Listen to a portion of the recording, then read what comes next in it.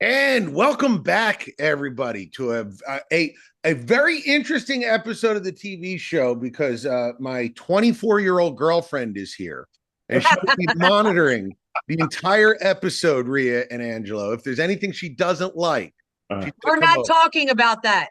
Yeah, that's so okay. Like I'm here with Rhea Hughes and Angelo Cataldi, and we should have talked about this last week because after the episode ended, we talked about it for 10 minutes.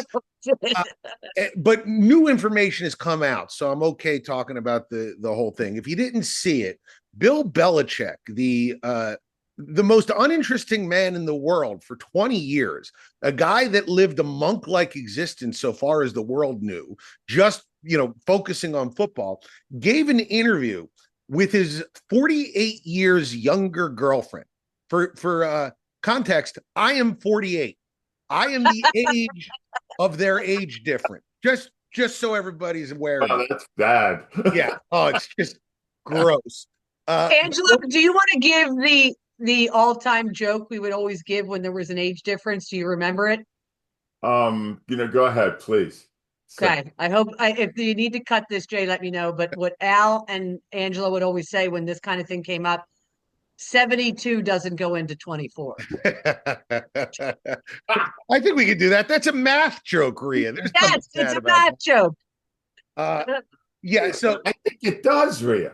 I think it does. I think it's 3 times 24. yeah, you're right. 3 times 24 is It 72. goes into it. Well, I wouldn't 72. do a deep dive into that joke. Rhea, I don't think deep is the word I would use here with Yes. all right, so here's what It happened. started off poorly. Yeah, Bill Belichick went on CBS and gave an interview. And during the interview, his 24-year-old girlfriend, JOR-DON, not Jordan, JOR-DON Hudson, Oh my interrupted God. several times to the point where CBS said, we're going to include one of the interruptions so you can get a flavor of the interview. I found the whole thing to be an embarrassing mess for Bill Belichick. He looked weak, old, doddering, silly, pick an adjective. And I'm curious, Angelo, has there ever been one interview that so changed the public? No, not yet. I have to comment on this first, please. Because you don't understand. The irony of this moment is incredible. He is widely regarded as the greatest coach in the history of the NFL. And all he did the whole time he won all those championships was ridicule and abuse the media, often with one-word answers, and it's on to Cincinnati, all this garbage he did. How ironic is it that he has been unmasked as a doddering old fool, right? By allowing a woman who doesn't know her ass from a hole in the wall, right? JOR-DON. What a pretentious ass she is. He allows her to commandeer his attempt to sell a book on the very media that he abused for 40 years. Yeah. What's happening right now is justice. You're watching justice unfold. And Rhea, I know you guys must have murdered him. We did. I would have destroyed him on the air. Oh no, we absolutely did because the fact that he is and listen, I get it. He's a 72-year-old guy, and there's this hot JOR-DON. By the way, I just want to, as an aside, her mother runs a sex toy shop. I will leave that without comment. So I just had to get that in there. Yeah. But yeah, this guy was just seen. Thing is, whenever I heard him talk just about football, and aside from his things with the media, I always found him to be well spoken. Like he could go on about football for forever, and he just looks like a complete fool. I mean, I've never seen anything like it. The JOR-DON cost the university money. Yep. Because Hard Knocks, and this is the new information, was set. They were all set to do a Bill Belichick season, giving the university millions of dollars. JOR-DON insisted on being an executive producer at 24, having done nothing. Right. And HBO said, you know what? We don't need this headache. Moving on. So she not only made a fool out of Bill Belichick, she cost the university that he works for millions of dollars. And I can't imagine the university is too thrilled about any They're of it. not. Yeah, they're not. Here's the one thing, though, Jay, and this is where TV comes into play. So CBS has this internal debate about whether to show her interrupting once, even though all indications are she interrupted repeatedly, right? Right. I am blaming CBS for not showing more of the interruption. 100%. There's a debate going on of whether they should have shown the one that they did show. No, you show how this woman, she's a dumbass too. That's the ironic part of it. This woman is commandeering the life of arguably the greatest coach in the history of the NFL. Show me this. This is the news, not him talking about some stupid book. Right. I want to see what is happening in his life. You have the footage to show it to me. Show it to me. Angelo. And I'm sorry. I just want to say, when I worked at AOL, I had a chance to interview Taylor Hicks. You remember him? He was an American. Oh, yeah. Yeah. He was such a jerk to me. Yeah. He was completely turned off to the entire idea of giving an interview. And I'm like, you didn't have to do the interview. You don't have to act like this. And I recorded the interview, and I'm trying to figure out how best to show what a jerk he was to me. You know what I did? I transcribed the interview. I didn't put one single word of commentary. I just wrote it out exactly word for word. And people in the comments were like, why are you making him look like such a jerk? And I was like, I'm not making him look like anything. Yeah. He made himself look like a jerk. So I think show people who they are. It was interesting because it became a debate because, Angelo, we were talking about it on the air. Bill Belichick released a statement saying, I was, the typical, I was misled. They didn't tell me they were going to ask about this. And I completely came to CBS's defense because I said, number one, I've watched that show for probably 25 years. It's one of my Sunday morning. I like my cup of coffee. Right. They do that show. They talk about your life, your personal life, what it is. They're not, this isn't, you're Bill Belichick, you won Super Bowls, tell us about it. Anybody who goes on that show knows what the deal is, okay? So him saying he didn't know it or his people, I find it hard to believe they've never watched CBS this morning. And let me just make this clear, because he did nothing but make the lives of people covering him miserable for all the years. What goes around comes around. Screw you, Bill. And screw you, JOR-DON. How's that? Screw both of you. The hell with you. You're getting what you deserve. All right, quickly, I want to do this question because I'm trying to think of other interviews that were so disastrous that the person at the end of the interview, the public perception of that person was forever changed. I have two that I'm thinking of. I'm wondering if you guys will get them. Rhea, what's your choice? I have one, and I'm going British. Everybody had always considered Prince Andrew to be, a dandy. He liked to date women, porn star, but he was always seen kind of like that's Prince Andrew. He sits down in 2019 to discuss his relationship with Jeffrey Epstein and the woman who accused Andrew of sleeping with her when she was like 14. It was such an utter disaster.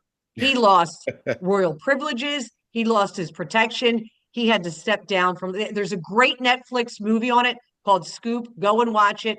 He lost everything, and that was because of an interview that he did. Brilliant. What about you, Angelo? Wow, I mean, this is not. You would not think this is the kind of interviewer who would expose someone, and I don't think she tried to.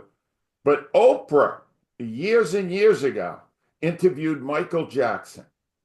And I guess he felt a sense of comfort with her because she was kind of a gentle interviewer. She wasn't, she wouldn't confront you. And this is where the term Jesus juice came out. He used to describe wine. Jesus juice. And what he basically did in the interview was Jesus juice to the world that he was a pedophile. Yeah. And all the times after that he denied it, it didn't matter. It was in the interview, and it completely destroyed his legacy, which is sad because he's one of the greatest performers we have ever seen. Yep. but that exposed him, and that's the one that I thought of first. Although Rhea's with the Prince Andrew, I saw that Scoop show, and it's terrific. My initial one was another Oprah interview, which was Tom Cruise on the couch. Yes. You can divide his career neatly into pre-couch and post-couch, because pre-couch, he was an untouchable movie star. Post-couch, he was a wacko who happened to make movies. And I don't know how many planes he's jumped out of to try to get away from that reputation, but he has not been able to. He is still seen as that wacko jumping up and down on the couch. All right, Rhea, I want to talk to you because I'm curious about this, because I feel like it might be up your alley, and I don't know if it is or not. I'm casting a new movie. I talk about it more. I would love to be in it, Jay. I'm actually, my 24-year-old girlfriend's the star. I'm sorry, Rhea. JOR-DON insisted. And the casting director I was like, tell me about what you've been working on. And he said, well, mostly the last 2 years, the money has all been in what they call micro dramas or vertical dramas. It was a Chinese fad that has now spread to America. The platform has 30 million users. He told me Hulu is getting into the game. It's a whole thing. Anyway, the long and short of it is that these are 3-minute videos that are cliffhangers. They're like, you take a 90-minute script, you break it up into 33-minute videos, and you watch them on your phone whenever you have a second. And this is a hugely popular global phenomenon, and where a lot of people think that the industry is going. So my question to you is, am I completely out of it? Because I would never watch this in a million years. Gun to head, I wouldn't watch this. Is this something you would watch, Rhea? 3 minutes? No. I mean, that blows my mind. I mean, I have an attention span that is longer than 3 minutes, and I don't know what kind of how you can do a basis of a story. Like that would be something I would wind up binging in the entire 90 minutes, because 3 minutes isn't enough. That doesn't. I could see that being maybe with the younger set, but not something that would work for me. Angelo, is the world completely upside down? What's going on that people are watching 3-minute shows? This is exactly right, what you just said. The world's upside down. So they're now going to market 3-minute videos that people are going to watch on their phone. Meanwhile, for TV right now, we're doing series that have a story that they could tell in 3 episodes. Yeah. Let's do 10. All right. And let's stretch it to the point where we're wasting time for 4 or 5 episodes. We've got the 2 extremes going at the same time. All right. Let me tell you something. Neither one will survive what's going on right now. Eventually, American television will look at what they're doing in Europe and realize it's a hell of a lot better. English TV is over. I'm struggling to find stuff that isn't English now, as you'll learn later in this podcast. Rhea is on the cutting edge of a whole massive trend. The TV series should be 4 or 5 episodes if you could tell it in 4 or 5 episodes. And these things, they already did this with Quibi. How long was Quibi? How long were the Quibi snippets? The same thing, between 3 to 5 minutes. It failed. They did 75 of them. They lost Jeffrey Katzenberg, who was like one of the biggest guys in the history of film, lost $1 billion doing Quibi. There are 75 of these stupid little things now on the Roku channel if you want to watch them, right? Yeah. They stink. They're not good. It's nothing. I don't know, Jay, I don't even know how you've come to the conclusion that this is going to work now when it already failed spectacularly 5 years ago. But what I'm saying is it's actually working now. I wasn't aware of this until it was mentioned by this guy. You look into it, it's the biggest growing platform in the world right now is this vertical drama thing that's coming out of China, to the point where the other streamers are looking into it. I'm not saying I'm happy about it. I'm just saying that if the money's there, I'll be writing them in about 2 years, ladies and gentlemen. Can I ask a dumb question? What does a vertical drama mean? Oh, so it's you know how you hold your phone? Yeah. Vertical, okay. horizontal. They're built for your phone first, not your TV. So vertical. The last thing we got from China was COVID. I didn't like that either. All right? No. All right. Well, sticking with the industry, Angela, let me ask you a question about, we're not getting political, but Donald Trump very recently came out and said he is putting tariffs on movies not produced in the United States and to protect the American film industry. Nobody knows how this is going to work, if it is even going to work. Let's put aside the idea of tariffs. The thing is, California is not the heart of movie making anymore. California is a place where a lot of those offices exist, but most movies are done in states with tax rebates or in foreign countries. And the Gavin Newsom, the governor of California, is saying, well, we need to bring it back to Los Angeles. My question is, do we? Does it matter one way or the other, or not? No, we do.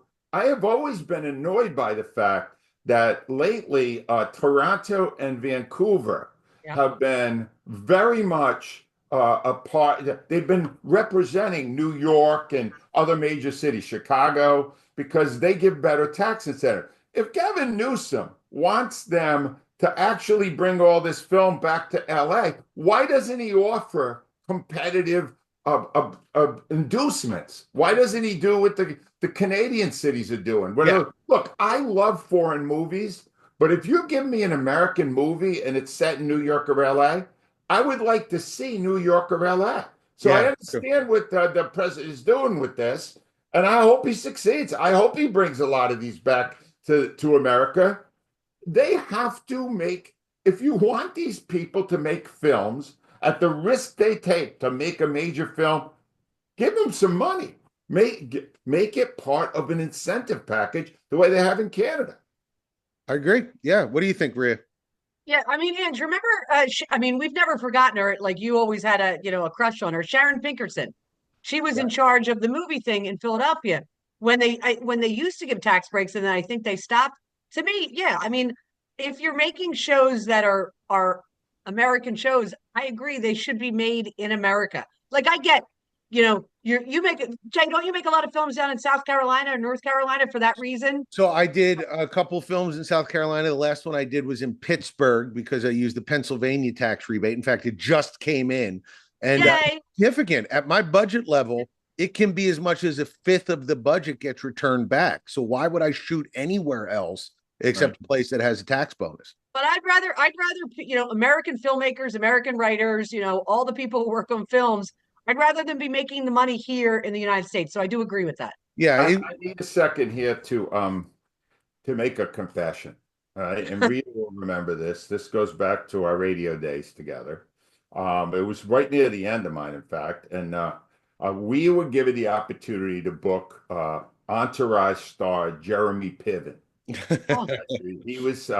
He was marketing a new film that they had basically filmed entirely in and around Philadelphia. Yes. A little bit of New York too, Upper Darby specifically. Yep. And they said, all you got to do, we're going to send you the screener for the film, and then you can bring on Jeremy Piven. And I love movies that are set in Philadelphia. And I love them so much that somehow I missed the fact that this movie, Last Call, was utterly horrible. Yeah. Just a brutal movie. So I gushed and you got to go see that. Oh, Upper Darby, the charming corner pub and all this stuff. I got so much negative reaction from people who either rented or somehow got to see that movie. They said, this was 2021. It's not that long ago. Yeah. Right. Yep. What are you doing? And I went, this is my problem. Sometimes the setting takes over for me, and I ignore the fact the movie itself totally stinks. So I would like to apologize now for recommending Last Call and urging you to never, ever, ever watch it, even though it's set right in the city of Philadelphia. I was with you, Edge. We both did. And I think we were just because it was filmed here. Yeah. And I think what it came down to was we didn't give it a proper review because we wanted it to be good because it had been filmed here. It was, we were bad. We've gotten much better at it these past 3 years. Yes, I hope so.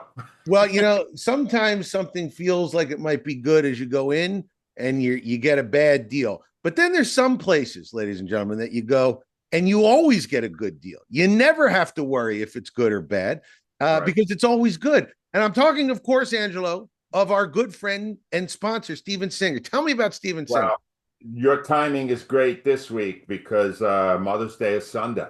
And people that are watching this or listening to this right now realize that their time is running out and their mother is the reason they exist. All right. And it might be a good time to show your love and appreciation by getting the right gift. And I can assure you of one thing only.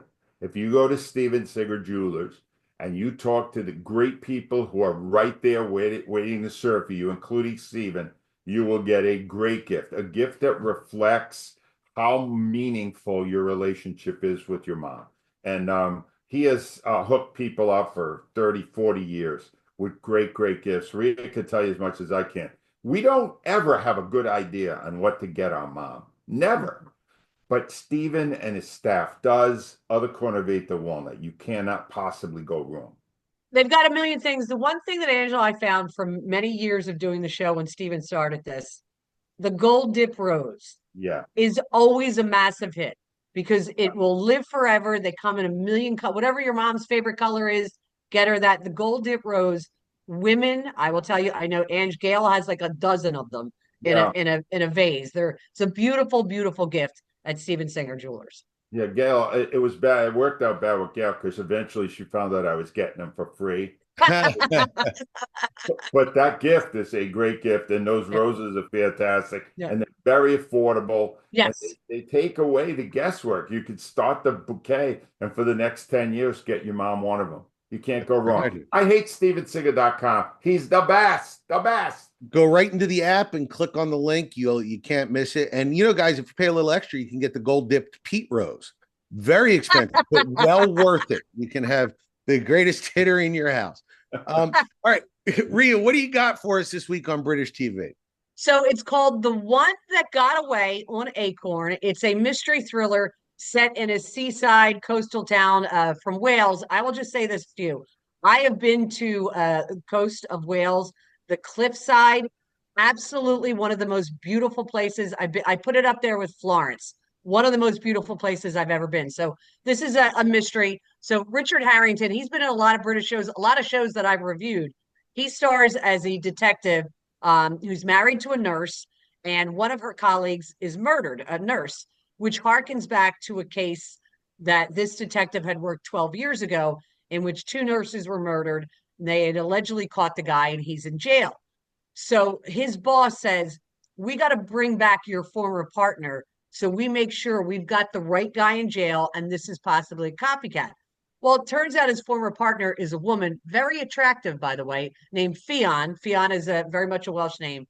She comes back, and there's some tension there, obviously, because they were engaged at one point, and Rick left her to marry his now wife that he has two kids with. So anyway, so they're investigating this murder, and a lot of stuff comes out that they may have gotten the wrong guy in jail. And there's a lot of tension between the partners who are no longer partners, which is why it's an interesting title, The One Who Got Away. Are they talking about, the breakup of the two detectives, or are they talking about the murderer who got away? Right. It's a really classic English, in this case, it's Welsh, murder mystery. And Angelo, you'll love this. 6 episodes. It's perfect. I just finished episode 4 because they gave you the first 2, and they're dropping it once a week, and I can't wait each week. So I got 2 episodes left. So far, I'm loving it. It's called The One That Got Away on Acorn. Very nicely done. And we can actually do this here because I'm going to do a review of it, but you have Clark's review of the Thunderbolts, right? He went and saw it over the weekend with his buddy. He loved it. I know it's a Marvel thing. I asked him the other day how many Marvel movies there are. I think he said like 39. Yeah, it's over 30. It's an insane number, so I've lost track, but I know you're going to give a review. I will just say Clark absolutely loved it. Huge fan. I'll just do the review now, and then we'll finish with Angelo. It's a return to form for Marvel movies. The last couple of years, they have focused on quantity versus quality. Kevin Feige, the main producer of Marvel, came out and admitted as much. Hey, we've been putting out too much stuff. We're going to do an initiative to slow down and only put out good material. And I'm going to say this to all movie producers and TV producers: putting out good material, that should always be the number one goal. Yes. Like, if you're putting something above that, you're doing it incorrectly. This is the first movie to come out of that initiative, and you could feel it. It wasn't weighed down by the expectations of the wider universe. It was just a good movie with a beginning, a middle, and an end, which maybe sets the bar low. But for superhero movies, a complete story being told is rare. And I'll just say this: they make the villain into something truly scary, which is not something you're used to seeing. And the defeat of the villain, spoiler alert, the good guys win, is done in a way that does not undo the stakes that they have set up. They do it in a way that is cohesive with the rest of the movie and coherent. And I'm going to say, if you're going to go see a superhero movie, you're okay seeing this one. It's a very good movie. Very happy with. Yeah. You and Angelo, you ruined it. I was going to go see it today, but now you can't wait ending, so I have no interest. James, that was my moment. Couple of things for me. All right. Number one, and Jay, you got to get involved in it. Yeah. There's a story developing in television about television, and it's the second season of The Rehearsal on Max, starring the wacky and bizarre Nathan Fielder. Yeah. All right. Episode 3 of this story, somehow, I can't, it's so bizarre. It tells the life story of Sully Sullenberger, the guy who landed the plane on the Hudson River. Yeah. Now you'd say, why? That was 20 years ago. Don't ask why. In fact, don't ask why about anything you ever see in this show. People that are complaining about the creativity and where it's going, it's all going to one person, Nathan Fielder. Yeah. Now, listen, this is where it gets weird. I can't fully recommend this because it's so damn weird. It's not like a great story unfolding in front of you. It's just the bizarre directions Nathan Fielder takes this show as he tries to develop the theme of how to get ready for big moments in your life by rehearsing them first. Yeah. And Jay, you saw this, right? I saw it. I'll go further than you. I can fully recommend it. And I'll say this: if you watch it and hate it, don't listen to another thing I say on this podcast, because we have opposite sensibilities. Because I loved every second of it. It made me laugh riotously. Yes. And I'll just say this: if you watch the episode, there's a runner about the band Evanescence that is so funny to me. It's when he's sitting with his co-pilot and he says, "Hey, maybe we don't mention," and he points at his iPod here. It's just, I'm not ruining anything. You got to see it and just keep the band Evanescence in your head, because it's hilarious. I thought it was great. And here's one other thing: if you ever breastfed, there's a scene in there that you can't unsee. For the rest of your life, you will see it. So you're right. It's not like a normal TV show. That's why I'm saying it's hard to recommend. But The Rehearsal season 2 has been so bonkers. Can I just read to you a couple of things that went on Reddit within 2 hours that it came out? Here's one. I really think this might be the best episode of TV of all time. I was so overwhelmed by how good it was, I struggled in the end not to cry, right? See that? Somebody wrote, 15 minutes into this episode, I am a different person.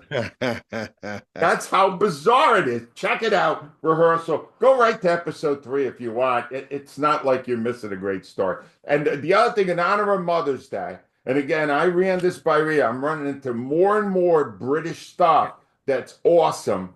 And it's called Con Mum. Con Mum.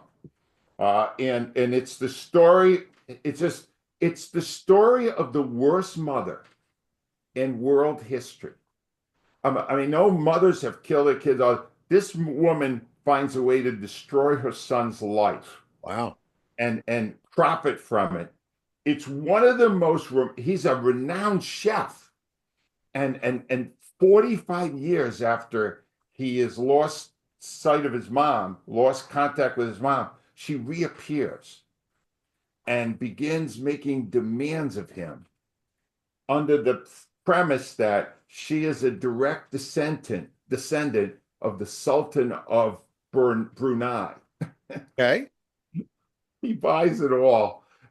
She ruins his life. There's nothing funny about that. But here's the way I look at it. It's Mother's Day. Maybe it's raining out, whatever. You sit down with your family and watch this. Afterwards, you will respect and admire your mom even more, because this bar is the lowest it's ever been for a mom. I recommend it. It's a hell of a documentary. It's called Con Mom, and it's on Netflix. And I gotta tell you, that's why I love watching documentaries about like husbands who like are murderers, because then I just turn to my wife and go, all right, I don't take the garbage out when you ask me to, but I've never invited you out to my boat, right, and not brought you back. Just saying. I'm just saying. We always look better after a documentary about an awful person. That's right. You lower the bar. Lower the bar, ladies and gentlemen. Don't raise your game. Lower the bar.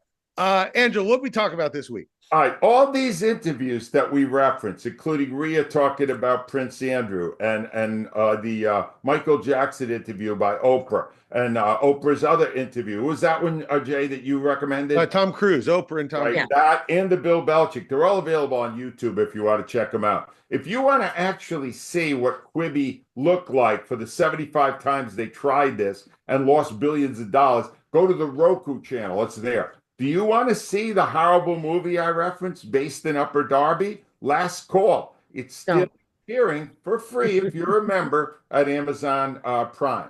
The one that got away is on Acorn. Rhea definitely recommends that. Both Jay and Clark Cone recommend Thunderbolts. The Rehearsal is on Max, and Con Mom is on Netflix. Very nicely done. You should check out Angelo Cataldi's book, Loud, which you can get on Amazon.com, Audible.com, or AngeloGataldi.com. Also, check out Rhea each and every daily on YouTube. Yes. You can see why Rhea is the best looking one of us by far by showing. Yeah, it's a low bar.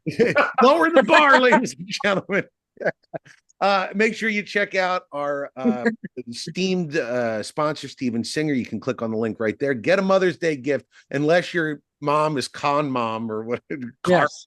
Con Mom. Con Mom. You don't have to get one. Everybody else does. And check out my movie Tenants, which is available right now on Tubi. I get like $2 every time you watch it. So just again, leave it on for your pets before you go to work or school. And we'll be back next week, ladies and gentlemen. We're always happy to do this for you. Talk to you soon.